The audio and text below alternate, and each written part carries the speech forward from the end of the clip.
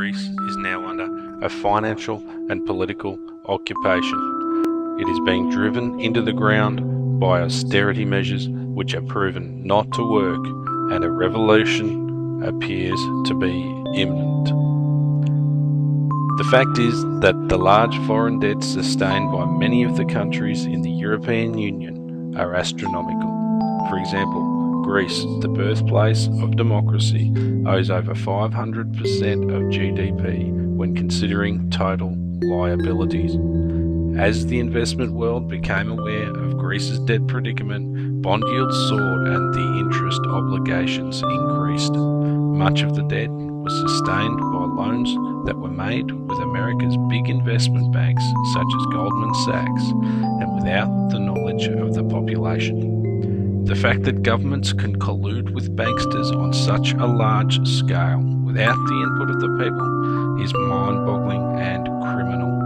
Now in Greece, even their public buildings, historical sites, beaches and islands are going up for sale. The banking cartels are also progressively using their muscle to have regulations loosened so these assets can be sold faster. Once an asset is sold to the banking cartels, it is leased back to the government. Public buildings, airports, utilities and more are being sold to these cartels.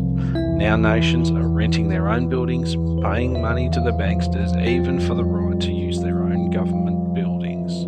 Absolute nonsense and enslavement, and it needs to stop. Ultimately, ongoing privatisation of national assets, such as land and buildings, provides short-term debt reduction, but further adds a long-term burden on the public purse that will leave Greece in greater poverty, while the banking cartels reap the benefits. Many Greeks have been waking up to the impoverishing abuse committed by the banking cartels, and they've been staging many protests. These protests are increasingly degenerating into riots as security forces and protesters lash out against each other. An Englishman living in Greece during the time of the 2011 riots summed the situation up eloquently.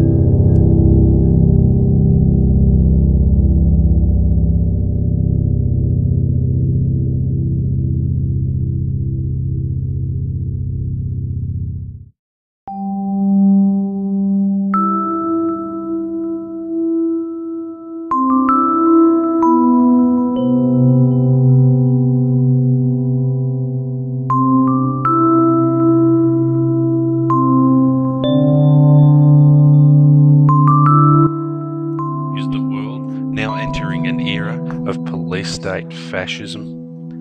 Are we now going to have to fight the same battles against tyranny that many of our ancestors have had to fight? How can we change what is happening? The answer is different for everybody, depending on where they live and what they are faced with. But we all must do something.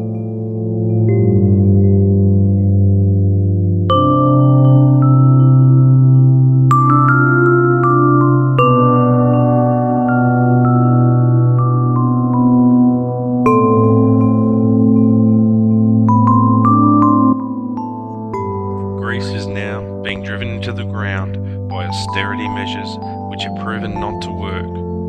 Revolution is most certainly beginning. A financial occupations by the banking cartels has already occurred, and Greece's democracy has already been replaced with a technocratic leader working for the globalists in the European Council, who would seek to see the national sovereignty of all member states compromised by fiscal and soon-to-be political and social union and ultimate control.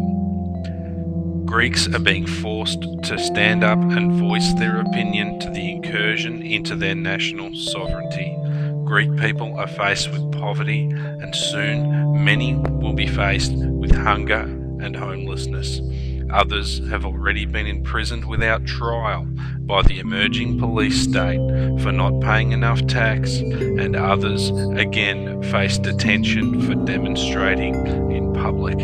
Let all mankind stand together against tyranny and say, we will not be your slaves.